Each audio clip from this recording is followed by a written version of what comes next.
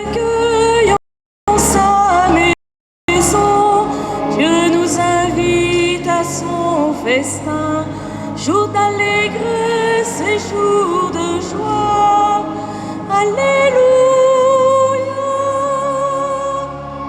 Oh, quelle joie quand on m'a dit, approchons-nous de sa maison, dans la cité du Dieu vivant. Dieu nous accueille en sa maison, Dieu nous invite à son festin, jour d'allégresse et jour de joie. Alléluia. Jérusalem, réjouis-toi, car le Seigneur est avec toi. Pour ton bonheur, il t'a choisi. Dieu nous accueille en sa maison, Dieu nous invite à son festin, jour d'allégresse et jour de joie. Alléluia. Criez de joie pour notre Dieu, chantez pour lui car il est bon, car éternel est son amour.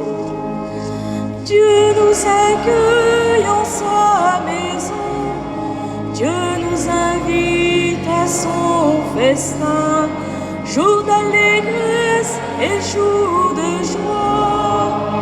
Alléluia.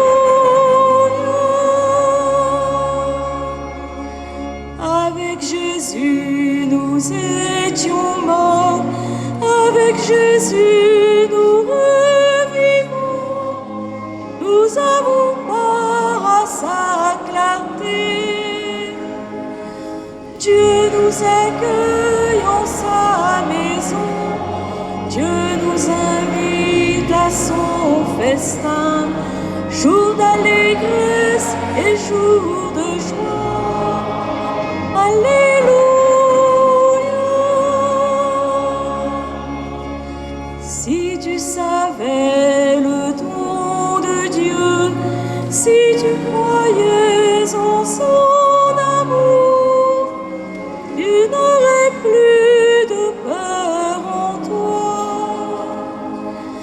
Dieu nous accueille en sa maison, Dieu nous invite à son festin, jour d'allégresse et jour de joie. Alléluia.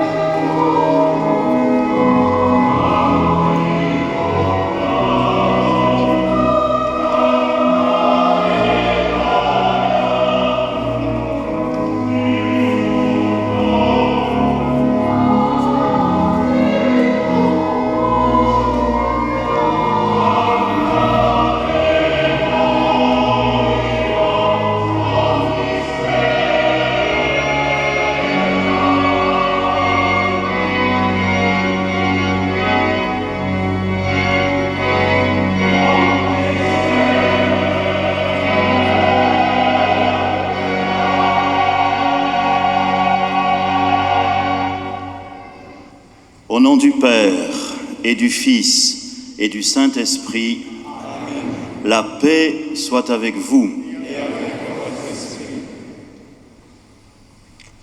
Vous pouvez vous asseoir.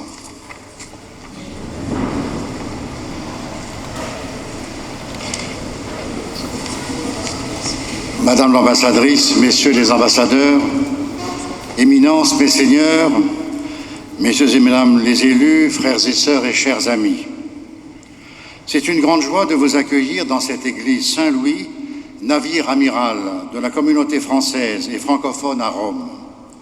Bienvenue à vous tous, en particulier à vous, diocésains de Marseille, qui êtes venus entourer de votre amitié et de votre respectueuse affection Monseigneur Aveline, devenu hier cardinal de la Sainte Église romaine. Cher Monsieur le cardinal, vous qui êtes né en Algérie dans le diocèse d'Oran, ne faut-il pas voir un signe de la Providence dans les dates de votre cardinalat, dates qui coïncident avec les fêtes de grands saints d'Afrique du Nord, Saint Augustin et Sainte Monique. Au-delà des catholiques, les Marseillais de toutes origines se réjouissent que le choix du Saint-Père se soit porté sur l'un des leurs. En vous créant cardinal, le pape François vous a voulu à ses côtés. Désormais, c'est lui que vous servez dans sa primatie sur l'Église entière, œuvre dont on mesure l'importance pour nous catholiques et pour ceux en direction de qui l'Église accomplit ses missions d'évangélisation et de promotion de l'humanité.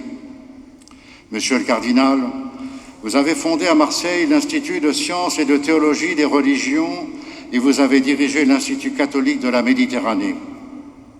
Devenu archevêque de ce grand diocèse cosmopolite, fort de votre expérience et de votre expertise du dialogue interreligieux, vous ambitionnez de développer une théologie de la Méditerranée par une culture de la rencontre, selon les mots du pape François, pour la paix et pour la fraternité. La cité phocéenne est l'une des principales et plus anciennes villes de la Méditerranée.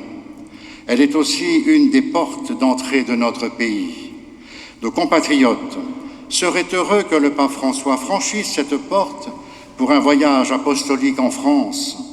Ils savent pouvoir compter sur votre proximité avec le Saint-Père pour l'en convaincre. Merci, Monsieur le cardinal, de guider maintenant notre prière durant cette messe d'action de grâce. Merci beaucoup, Monsieur le recteur. Vous avez gagné vos galons de citoyenne d'honneur de Marseille maintenant. Hein. Merci, merci. Merci à vous tous de votre présence. Merci à mes frères évêques et maintenant, je peux dire, à mes frères cardinaux. Et il y en a quelques-uns aujourd'hui. Merci, merci beaucoup de votre présence et de votre amitié et déjà de votre soutien parce que la route est devant. Nous allons simplement nous laisser guider par la liturgie, nous laisser porter par la prière de l'Église et si vous voulez bien avoir le courage de vous lever, nous allons demander au Seigneur de regarder nos vies, toutes nos vies, avec bienveillance, avec bonté. Nous reconnaissons devant lui que nous sommes pécheurs et nous accueillons ensemble et pour chacun et chacune d'entre nous son infinie miséricorde. Je confesse à Dieu Tout-Puissant.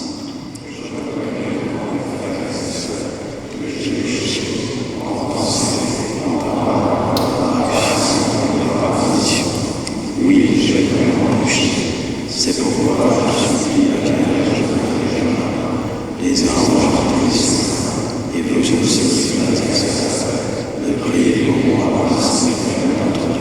Que Dieu Tout-Puissant nous fasse miséricorde, qu'il nous pardonne notre péché et nous conduise à la vie éternelle.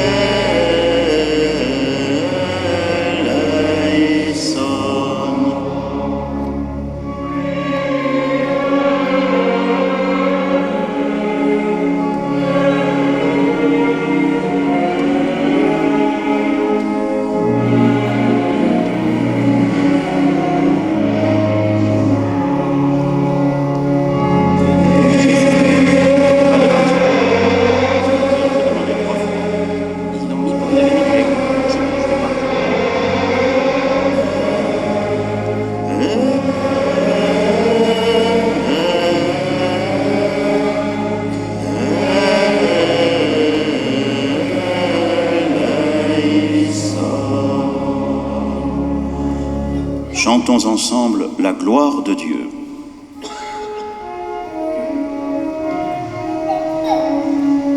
Gloria in excelsis Deo.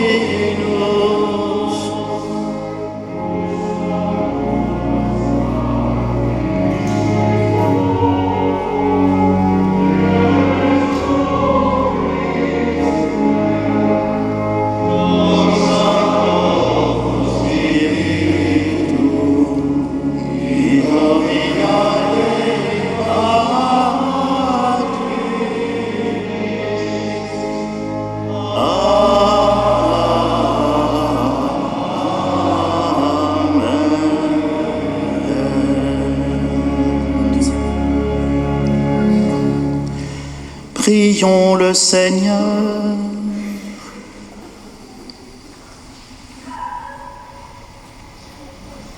Dieu de l'univers, de qui vient tout don parfait, enracine en nos cœurs l'amour de ton nom.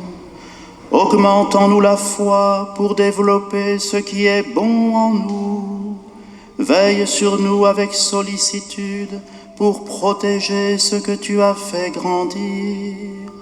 Par Jésus-Christ, ton Fils, notre Seigneur, qui vit et règne avec toi dans l'unité du Saint-Esprit, Dieu pour les siècles des siècles.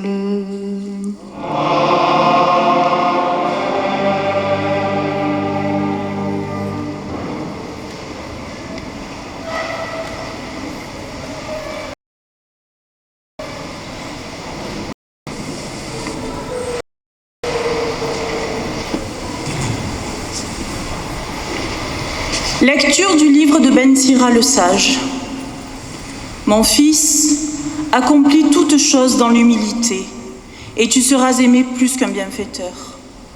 Plus tu es grand, plus il faut t'abaisser. Tu trouveras grâce devant le Seigneur. Grande est la puissance du Seigneur, et les humbles lui rendent gloire. La condition de l'orgueilleux est sans remède, car la racine du mal est en lui. Qui est sensé, médite les maximes de la sagesse. L'idéal du sage, c'est une oreille qui écoute. Parole du Seigneur.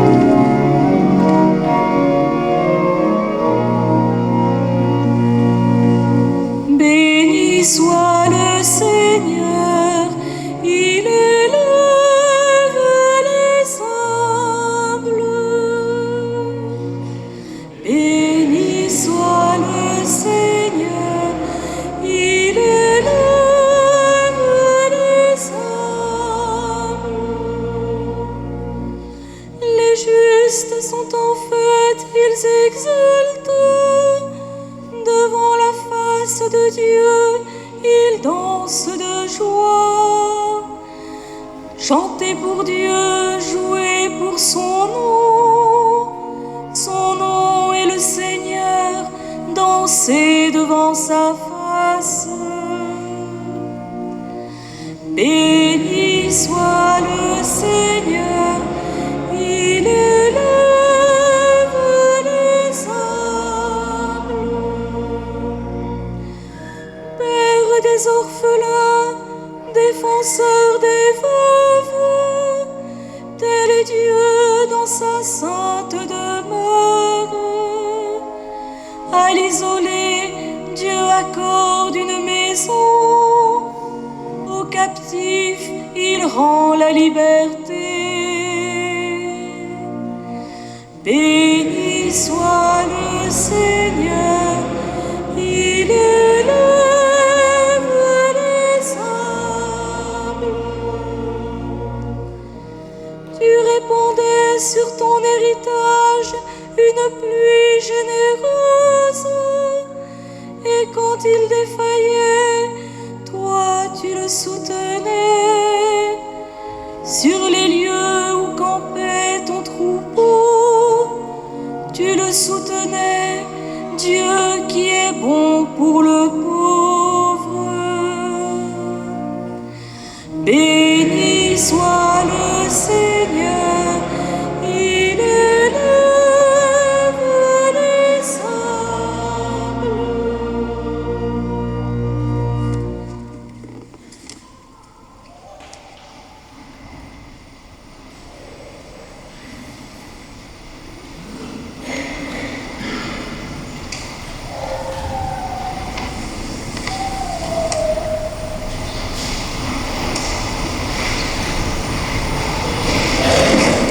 Lecture de la lettre aux Hébreux. Frères, quand vous êtes venus vers Dieu, vous n'êtes pas venus vers une réalité palpable, embrasée par le feu, comme la montagne du Sinaï.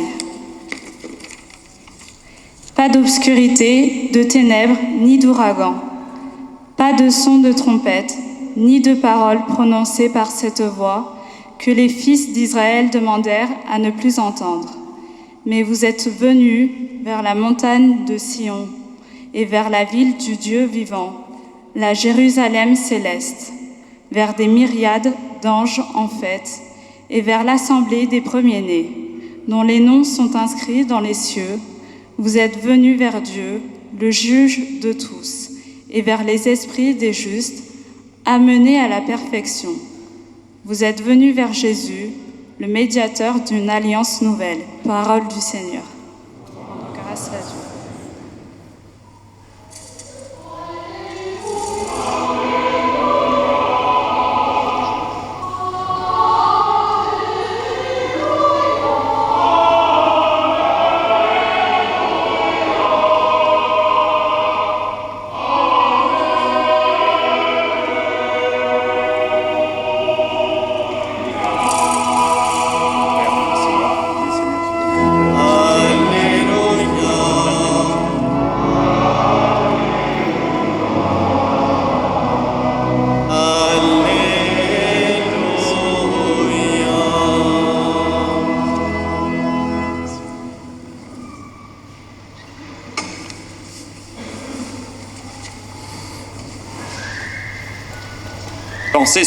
Prenez sur vous mon joug, dit le Seigneur, devenez mes disciples, car je suis doux et humble de cœur.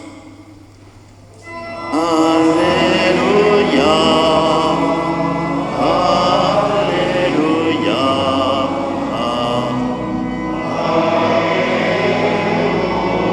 Alléluia.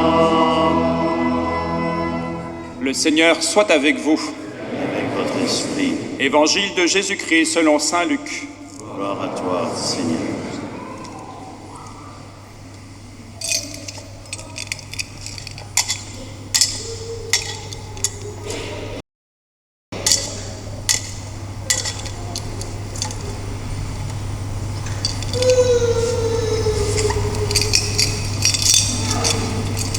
Un jour de sabbat, Jésus était entré dans la maison d'un chef des pharisiens pour y prendre son repas, et ces derniers l'observaient.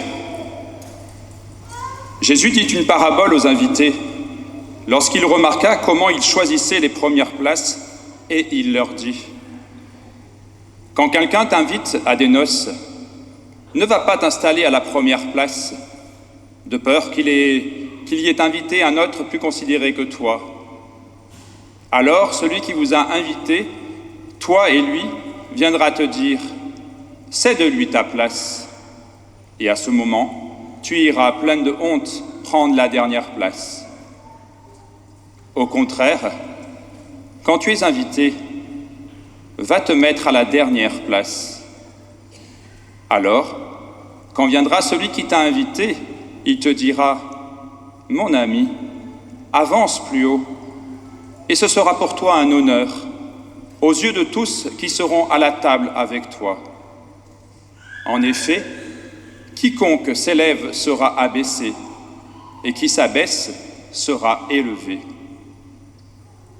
Jésus disait aussi à celui qui l'avait invité : quand tu donnes un déjeuner ou un dîner, n'invite pas tes amis, ni tes frères, ni tes parents, ni de riches voisins. Sinon, eux aussi te rendraient l'invitation, et ce serait pour toi un don en retour. Au contraire, quand tu donnes une réception, invite des pauvres, des estropiés, des boiteux, des aveugles. Heureux seras-tu, parce qu'ils n'ont rien à te donner en retour. Cela te sera rendu à la résurrection des justes. Acclamons la parole de Dieu. Louange à toi, Seigneur Jésus.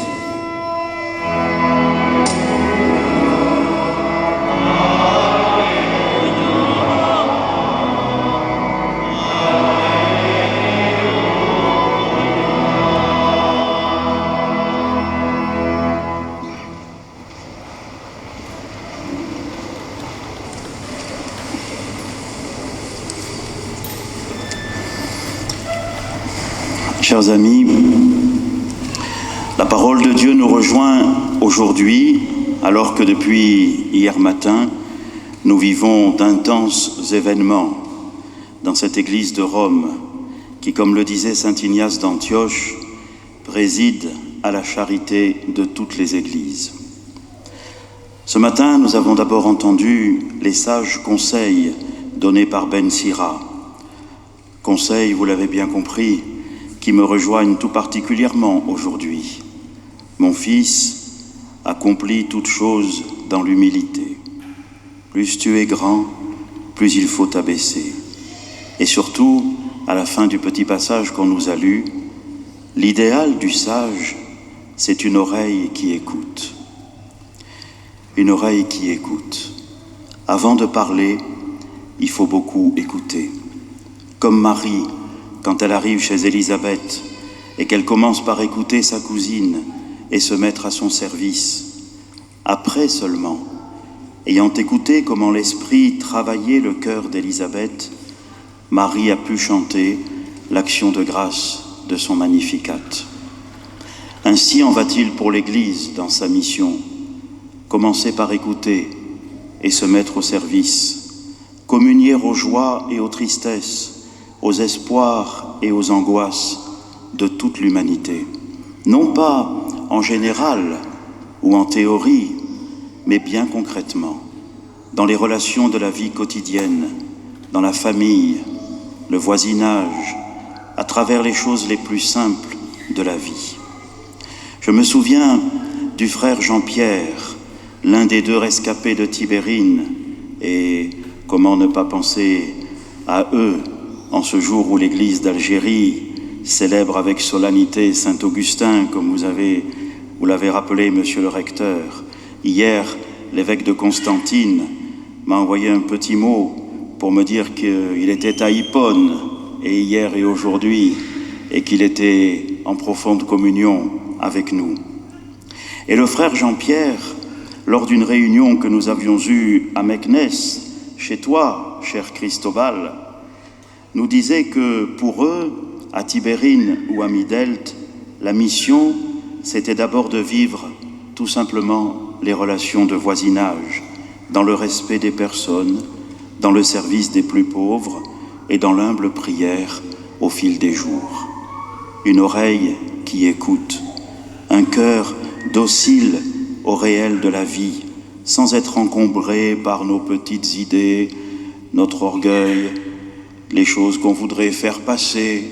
Mais non, ne t'inquiète pas, ne t'inquiète pas. L'essentiel, c'est que ta vie montre le Seigneur. Albert Périguer, qui était toujours chez toi, Cristobal, disait « Seigneur, il y a trop de gens qui parlent de vous. Il faudrait qu'il y en ait un peu plus qui vous montrent par leur vie. »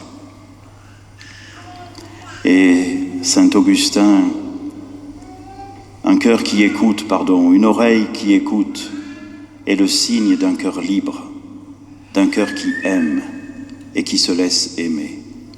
Et Saint Augustin disait que l'amour te rende serviteur puisque la vérité t'a rendu libre. Quelle belle formule. Et cette vérité pour nous, chrétiens, n'est pas une idée, c'est une personne.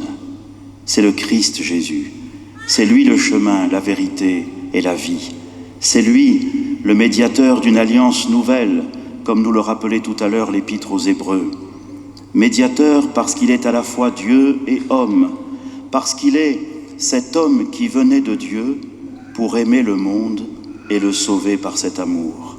On comprend que les pharisiens de l'Évangile avaient beau l'observer, le scruter et même l'épier, ils ne parvenaient pas à percer son mystère. Cet homme venait de Dieu pour aimer le monde en son nom et pour le sauver par cet amour.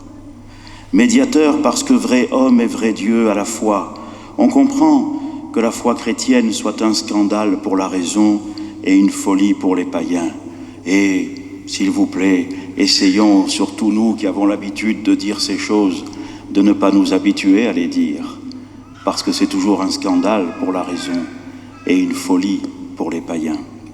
Et même, reconnaissons que pour nous, cela reste un mystère que nous n'aurons jamais fini d'approfondir. Saint Augustin disait « Soyons comme des hommes qui cherchent, mais qui, quand ils ont trouvé, ne s'arrêtent pas de chercher encore. Parce que le Christ a ceci de particulier, c'est que quand tu crois l'avoir trouvé, si tu ne le cherches plus, tu le perds.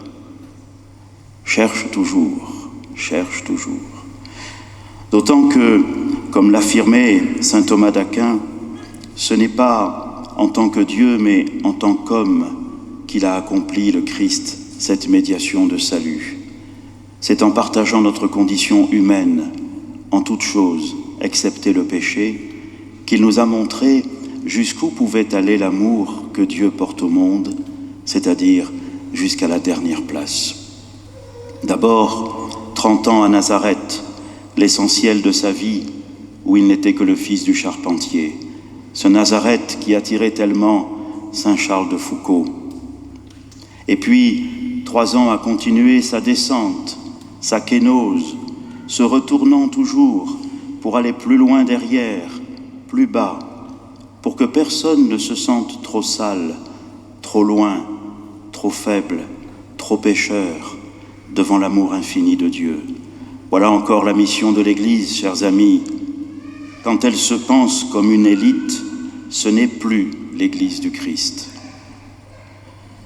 Je ne veux pas traverser la vie en première classe, disait Charles de Foucauld, alors que celui que je sers l'a traversée dans la dernière. 30 ans, 3 ans, et puis 3 jours, ces 3 derniers jours à Jérusalem, quand l'orgueil des hommes a fini par ne plus supporter l'humilité de Dieu.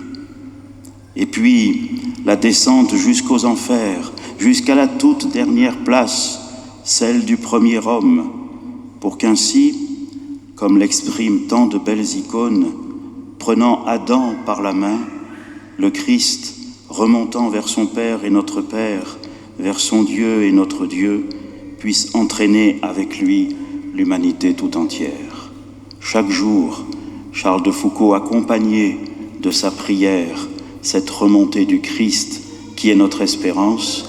Il disait « Mon Dieu, faites que tous les humains aillent au ciel, tous les jours, Et dans ses carnets, c'est écrit à chaque page, lui qui était là-bas avec les Touaregs, « Mon Dieu, faites que tous les humains aillent au ciel. » Écoutez le réel, contemplez le Christ et espérez pour tous, voilà, semble-t-il, ce que la parole de Dieu entendue ce matin nous invite à vivre personnellement et en Église.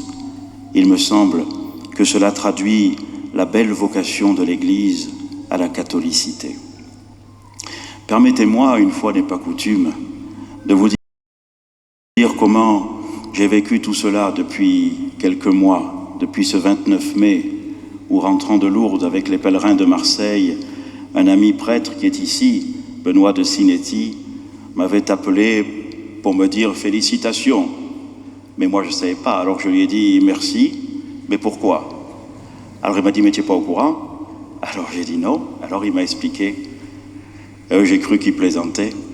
Et puis après, quand j'ai vu s'allonger la liste des messages, j'ai compris qu'il ne plaisantait pas.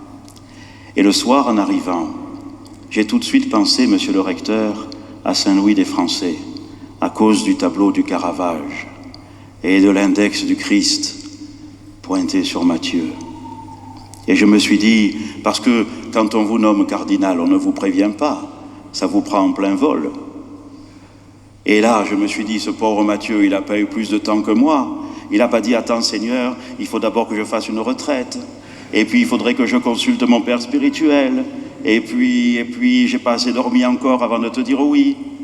Ah non, c'est lève-toi, fais-moi confiance et suis-moi.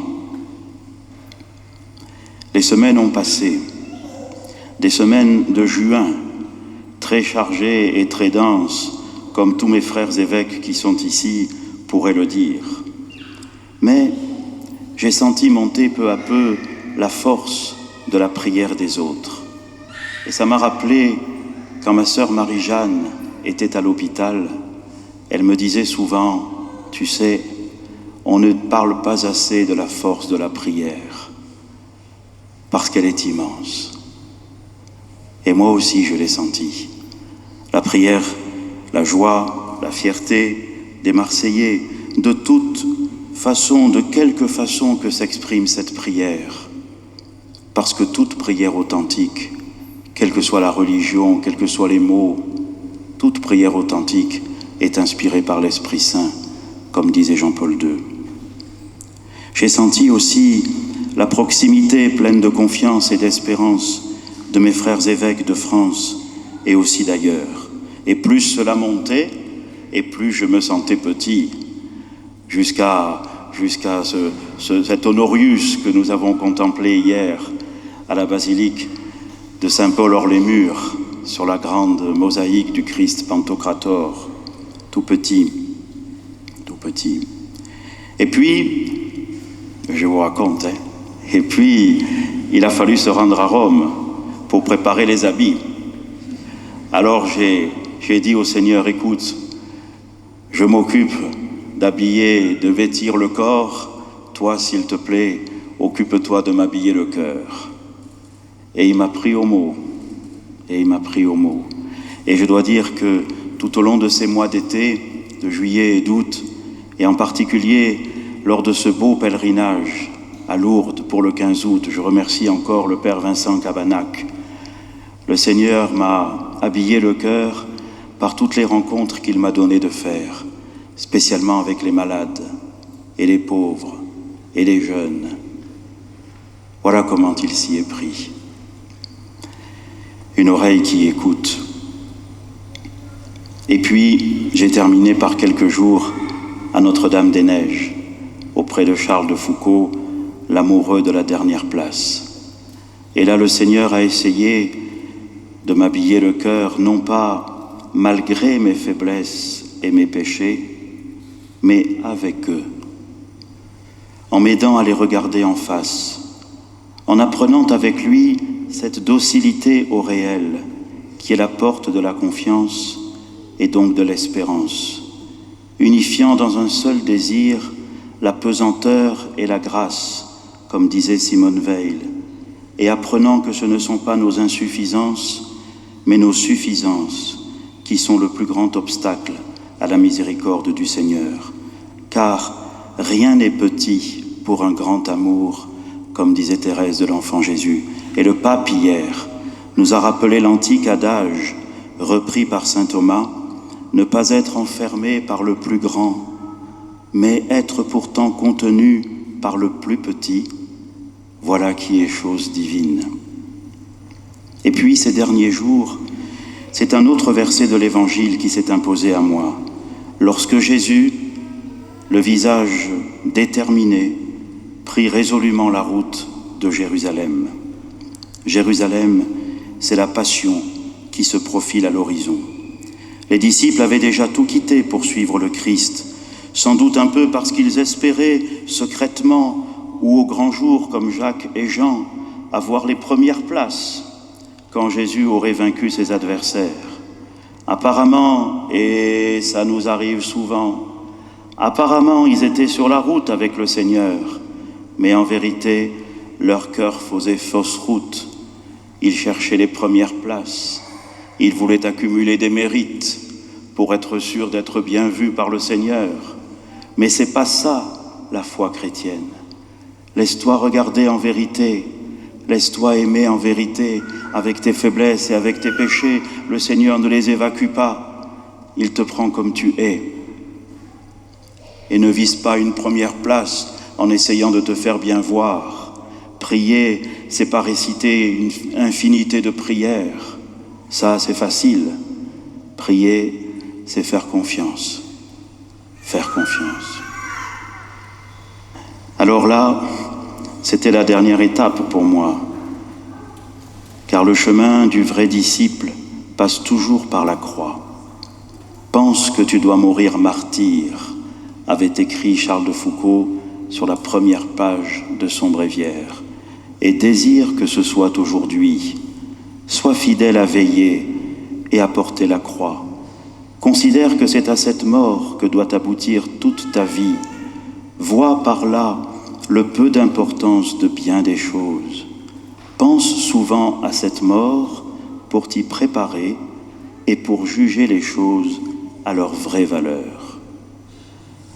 Chers amis, voilà des mots qui nous emmènent loin, mais voilà l'attitude de notre cœur ce matin.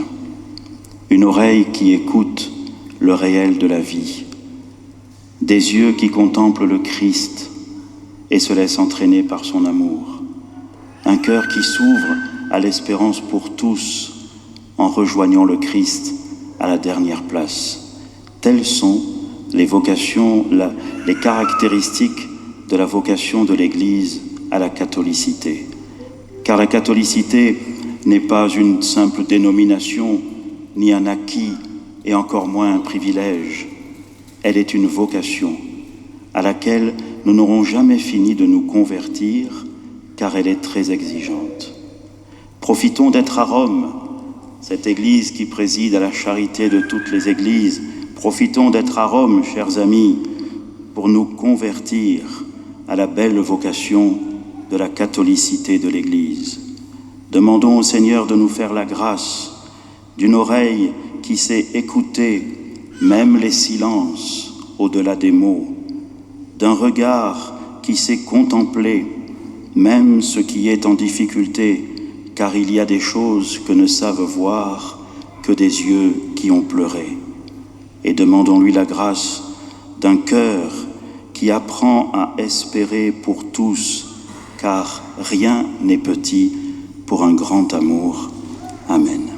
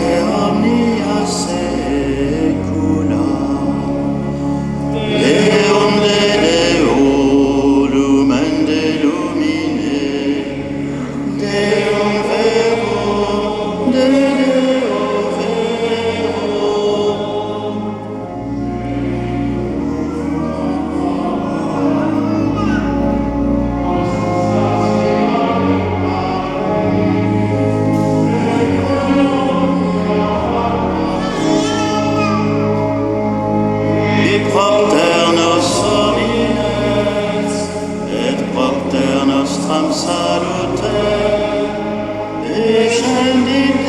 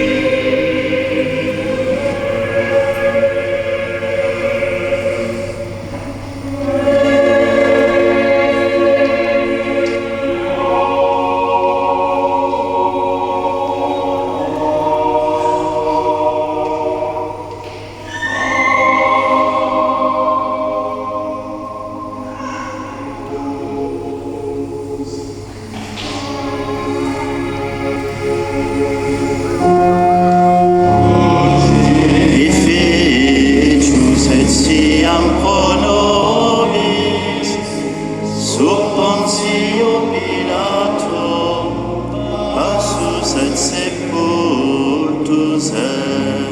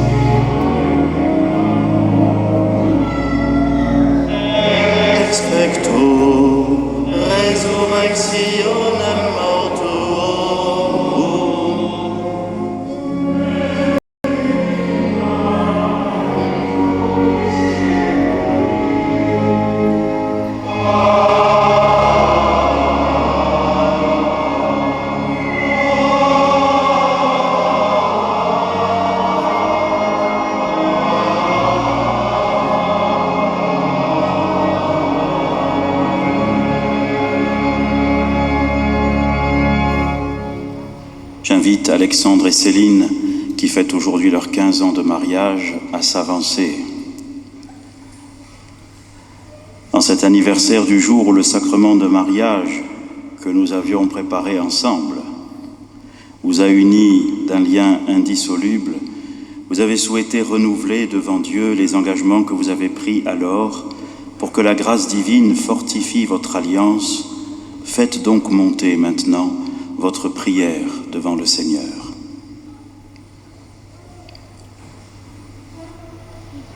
Béni sois-tu, Seigneur, de ton amour et ressuscité comme épouse.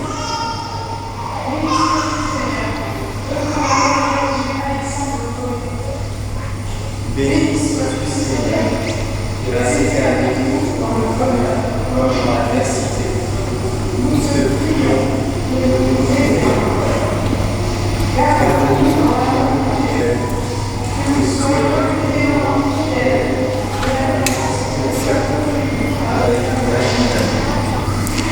Que le Seigneur vous garde tous les jours de votre vie, qu'il soit avec vous dans le bonheur, qu'il vous soutienne dans l'adversité et qu'il répande en abondance ses bénédictions sur vos enfants et sur toute votre maison, par Jésus, le Christ, notre Seigneur.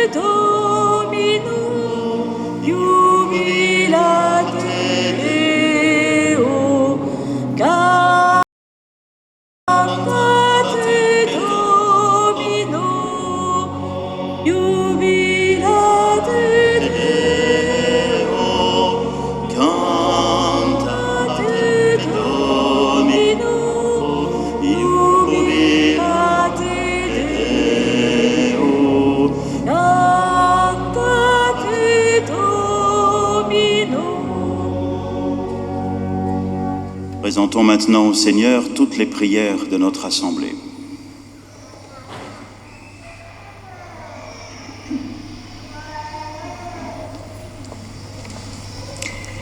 Prions pour le pape François, pour que le Seigneur lui accorde la force et la santé d'accomplir sa mission de pasteur de l'Église universelle.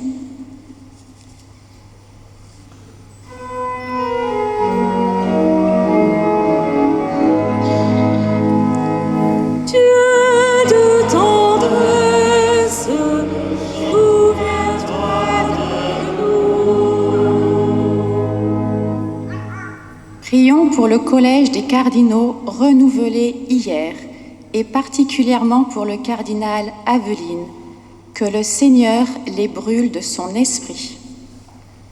Dieu de tendresse, souviens-toi de nous.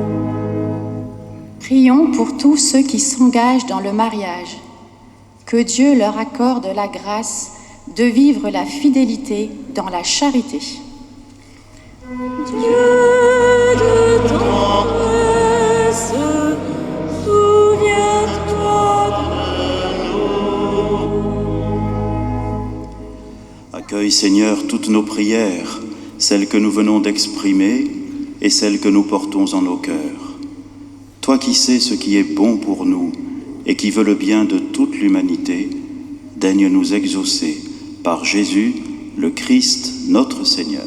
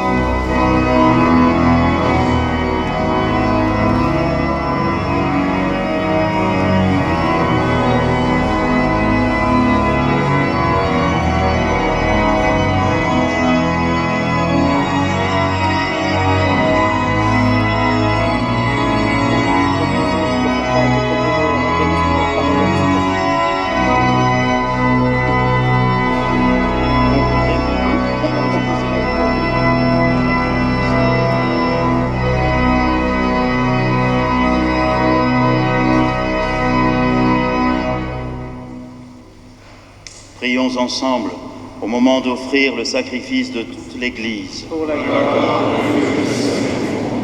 Que cette offrande sainte nous apporte à jamais, Seigneur, la bénédiction du salut, et qu'elle donne toute sa force à ceux qu'elle accomplit dans le sacrement par le Christ notre Seigneur. Le Seigneur soit avec vous. Et avec votre esprit. Élevons notre cœur. Rendons grâce au Seigneur notre Dieu. Vraiment, il est juste et bon pour ta gloire et notre salut de t'offrir notre action de grâce toujours et en tout lieu, Seigneur Père très saint, Dieu éternel et tout-puissant, par le Christ notre Seigneur. Par sa naissance, il a renouvelé la condition humaine destinée à vieillir. Par sa passion, il a effacé nos fautes. Par sa résurrection d'entre les morts, il a donné accès à la vie éternelle. Et par son ascension auprès de toi, notre Père, il a ouvert les portes du ciel. C'est pourquoi, avec la multitude des anges et des saints, nous chantons l'hymne de ta gloire et sans fin nous proclamons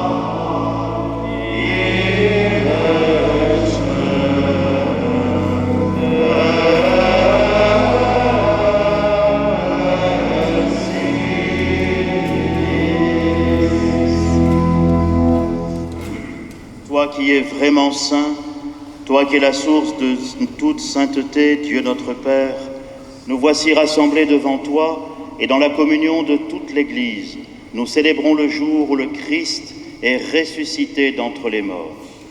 Par lui que tu as élevé à ta droite, nous te prions. Sanctifie ces offrandes en répandant sur elles ton esprit, qu'elles deviennent pour nous le corps et le sang de Jésus, le Christ, notre Seigneur. Au moment d'être livré et d'entrer librement dans sa passion, il prit le pain, il rendit grâce, il le rompit et le donna à ses disciples en disant : prenez et mangez-en tous, ceci est mon corps livré pour vous.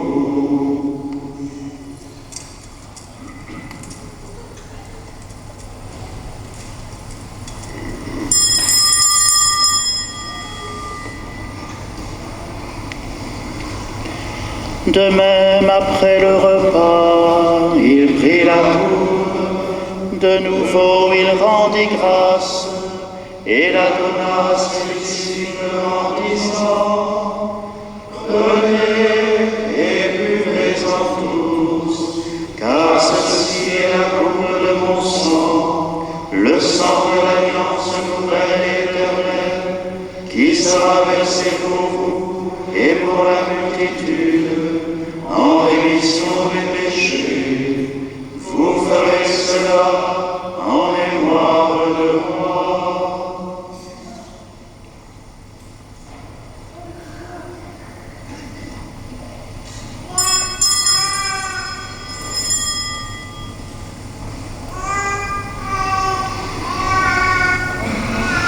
Il est grand le mystère de la foi. Nous annonçons ta mort, Seigneur Jésus. Nous proclamons ta résurrection. Nous attendons ta venue dans la gloire. En faisant ainsi mémoire de la mort et de la résurrection de ton Fils, nous t'offrons, Seigneur, le pain de la vie et la coupe du salut, et nous te rendons grâce, car tu nous as estimés dignes de nous tenir devant toi pour te servir. Humblement, nous te demandons qu'en ayant part au corps et au sang de Christ, nous soyons rassemblés par l'Esprit Saint en un seul corps.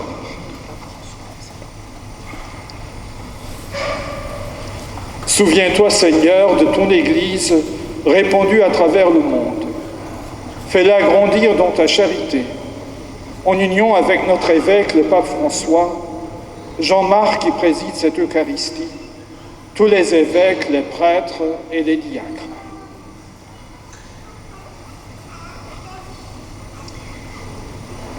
Souviens-toi aussi de nos frères et de nos sœurs qui se sont endormis dans l'espérance de la résurrection et reviens dans ton miséricorde de tous les défunts, accueillis dans la lumière de ton visage.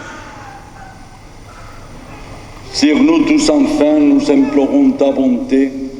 Permets qu'avec la Vierge Marie, la bienheureuse Mère de Dieu, avec Saint Joseph son époux, les apôtres, Saint Augustin et tous les saints qui ont fait de ta joie au long des âges, nous ayons part à la vie éternelle et que nous chantions ta louange et ta gloire par ton Fils Jésus le Christ.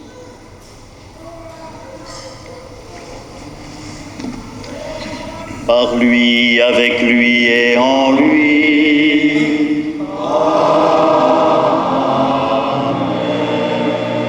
À toi, Dieu le Père Tout-Puissant, dans l'unité du Saint-Esprit. Amen.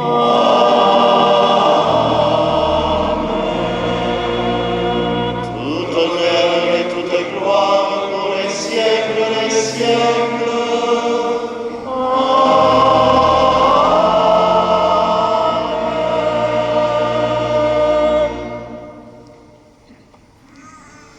Unis dans le même esprit, nous pouvons chanter avec confiance la prière que nous avons reçue du Sauveur. Notre Père qui es aux cieux, que ton soit sanctifié, que ton règne vienne, que ta volonté soit faite sur la terre comme au ciel. Donne-nous aujourd'hui notre pain de ce jour. Pardonne-nous nos offenses, comme nous pardonnons aussi à ceux qui nous ont offensés, et ne nous laisse pas entrer en tentation, mais délivre-nous du mal.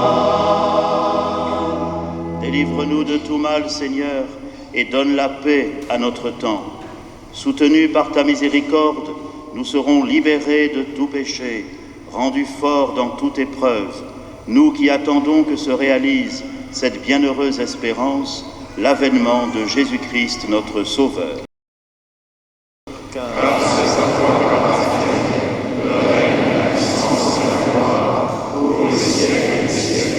Seigneur Jésus-Christ, tu as dit à tes apôtres, « Je vous laisse la paix, je vous donne ma paix. » Ne regarde pas nos péchés, mais la foi de ton Église. Pour que ta volonté s'accomplisse, donne-lui toujours cette paix et conduis-la vers l'unité parfaite, toi qui règnes pour les siècles des siècles. Que la paix du Seigneur soit toujours avec vous. Et avec votre esprit. Frères et sœurs, dans la charité du Christ, donnez-vous la paix. et du Christ.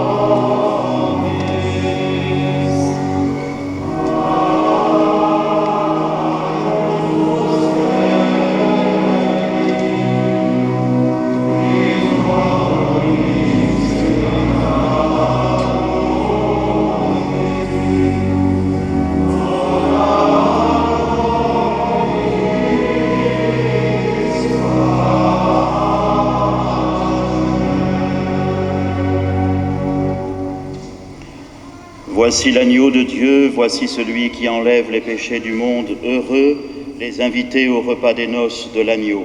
Seigneur, je ne suis pas digne de recevoir, mais dis seulement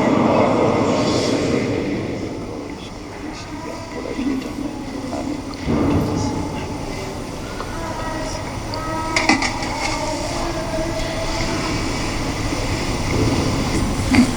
Amen.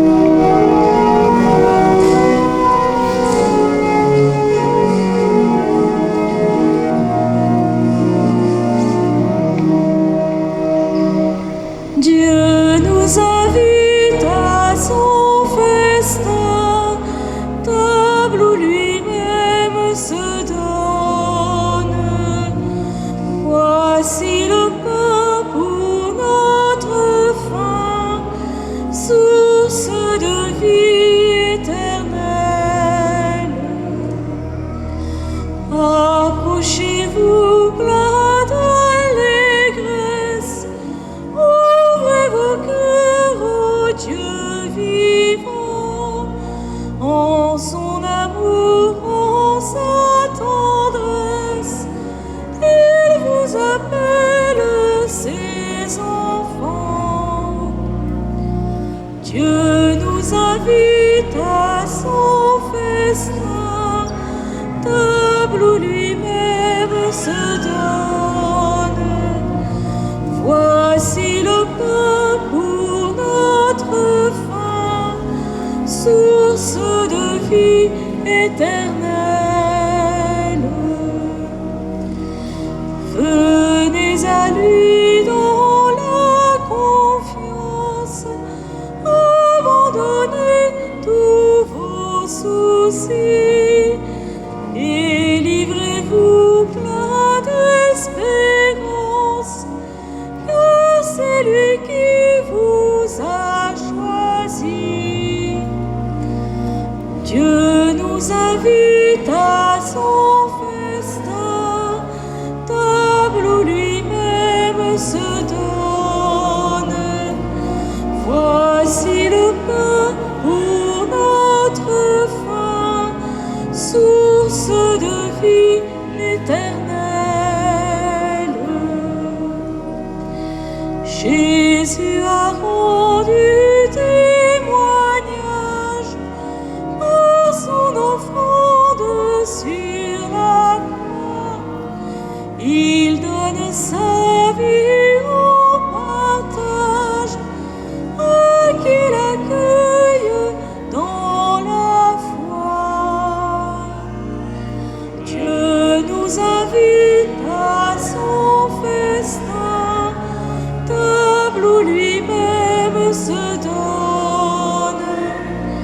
Voici le pain pour notre faim, source de vie éternelle.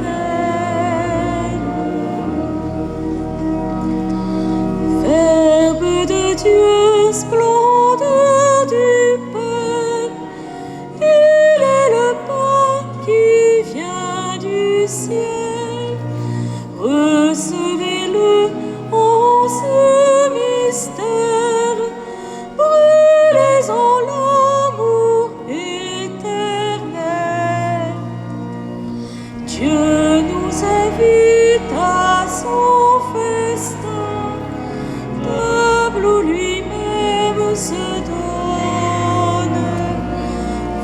Voici le pain pour notre faim, source de vie éternelle.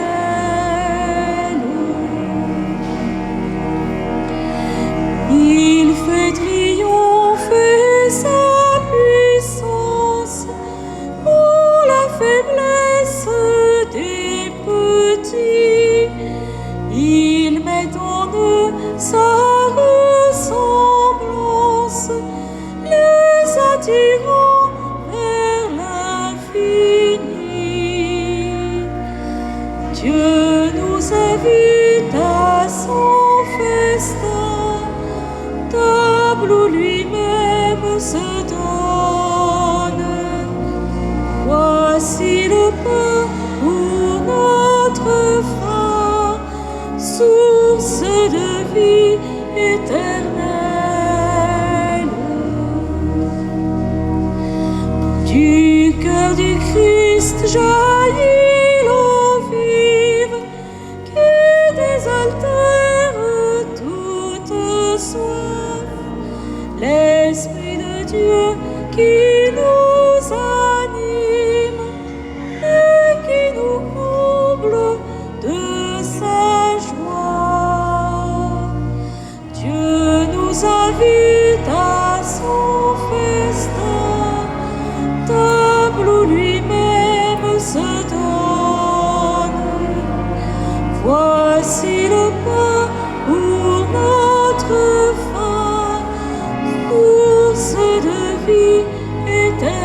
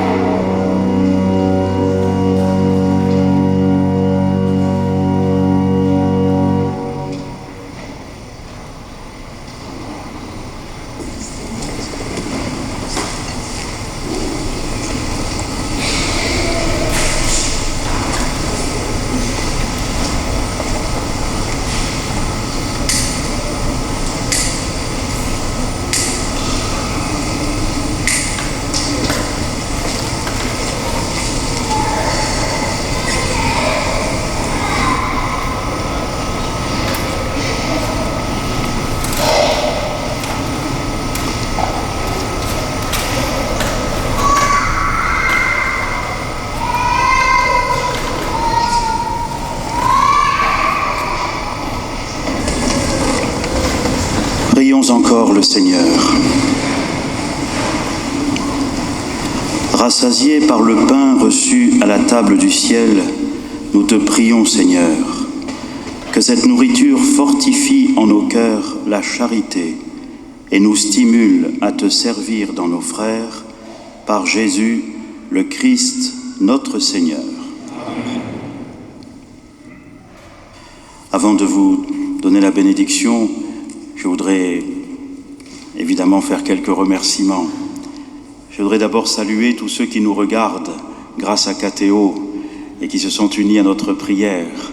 Je salue en particulier les personnes qui sont malades à l'hôpital, celles qui sont seules, celles qui n'ont pas les moyens de se rendre à une célébration eucharistique parce qu'elle est trop loin. Je voudrais vous saluer tous et vous remercier de vous être joints à notre prière. Et comme on fait des fois dans les émissions, je fais un petit salut tout particulier à Thérèse, qui est à Mbalmayo et qui est la maman de 93 ans de notre frère Joseph. Nous vous saluons. Je voudrais aussi remercier mes frères évêques et cardinaux qui sont ici. Et alors je vais recommencer comme hier en espérant d'arriver jusqu'au bout.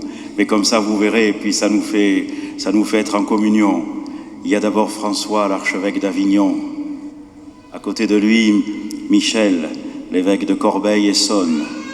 À côté, un autre Michel, émérite de Périgueux, qui est à Marseille. C'est le plus heureux des émérites.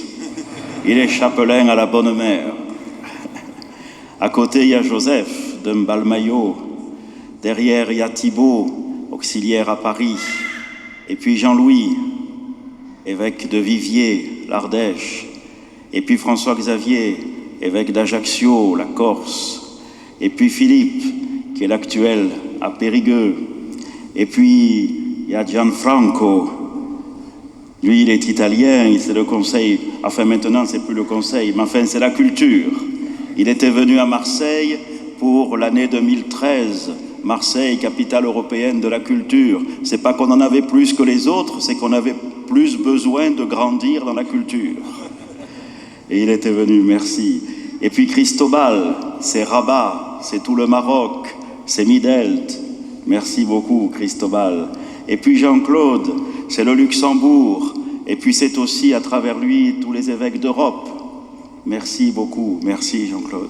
Et puis Michael, qui lui est au dicaster, qui a un travail énorme pour la promotion de l'humanité, pour le comment on appelle ça, le développement intégral. Voilà, mais avec lui, on travaille surtout sur la question des migrants. Et aujourd'hui, elle est tellement importante. Merci beaucoup, Michael. Et puis, je fais que les évêques, pardon, monsieur le recteur, mais après, je vous remercierai à vous. Hein. Après, il y a le cardinal Gérald, lui, c'est le Québec. Et puis Jean-Pierre, évêque émérite de Bordeaux, mais marseillais pour toujours. Et puis Philippe, évêque émérite de Lyon. Et puis Laurent, à Paris. Et puis derrière, il y a Michel, qui fut aussi à Corbeil, mais qui fut aussi à Lyon, et qui fut aussi en Guyane. Et comme je le disais hier, on ne sait pas où il sera demain. Et puis Stan, de Pontoise, Stanislas. Et puis Paul Gallagher, qui est, on pourrait dire, le ministre des Affaires étrangères du pape François. Et on a travaillé ensemble quand il s'agissait de l'Iran, quand il s'agissait d'autres pays. Et puis Gilles, évêque auxiliaire à Strasbourg. Et puis Xavier à Gap. Et puis Laurent à Coutances. Oh, c'est l'Église qui est là. Et avec tout ce monde-là, si on n'arrive pas à se convertir à la catholicité, alors il faut... Merci beaucoup de votre présence. Merci à tous les prêtres aussi, je ne peux pas les nommer tous. Merci à vous tous. Et merci à vous, monsieur le recteur, de nous avoir accueillis ici. Merci à madame l'ambassadrice d'avoir facilité tant de choses. Merci. Et puis, tout à l'heure, nous avons marqué le 15e anniversaire de mariage de Céline et Alexandre. Alors, s'il vous plaît, il se trouve que dans une semaine, le 7 septembre, mes parents qui sont ici fêteront leurs 65 ans de mariage. Aidez-moi à leur dire merci.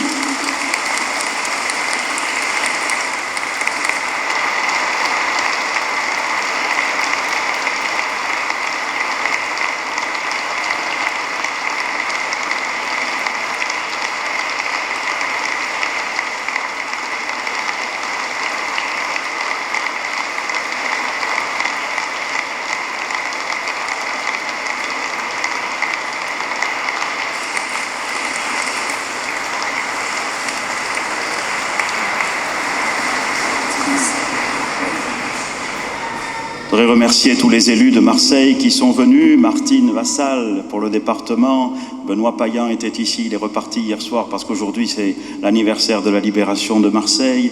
Et puis vous tous qui représentez, mais qui représentez parce que vous vous êtes engagés pour le service de nos concitoyens. Et c'est un engagement qu'il faut soutenir. Merci beaucoup à vous.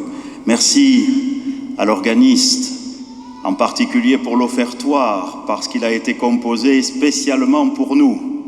Merci.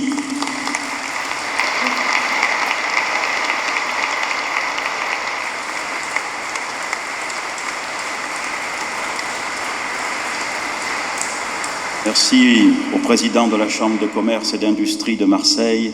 Nous sommes très liés parce qu'à Marseille, nous célébrons toujours l'anniversaire du vœu des échevins, lorsque, à la Grande Peste de 1720, Monseigneur de Belzunce, l'un de mes illustres prédécesseurs, avait pour la première fois au monde consacré le diocèse de Marseille, c'est-à-dire, nous étions les premiers, au Sacré-Cœur. À Marseille, depuis, on dit « à jamais les premiers ». Merci en tout cas à vous tous. Voilà, merci aux chefs de chœur, à tous ceux qui ont animé cette célébration. Merci aux choristes. Merci à vous.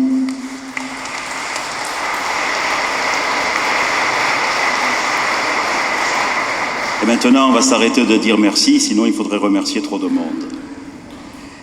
Alors on va accueillir la bénédiction du Seigneur.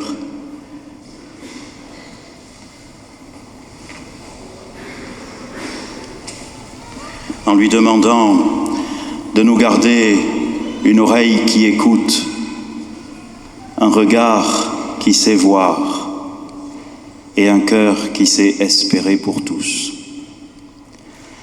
Le Seigneur soit avec vous. Que le nom du Seigneur soit béni. Notre secours est dans le nom du Seigneur. Et que Dieu Tout-Puissant et Miséricordieux vous bénisse et vous garde, le Père, le Fils et le Saint-Esprit. Amen.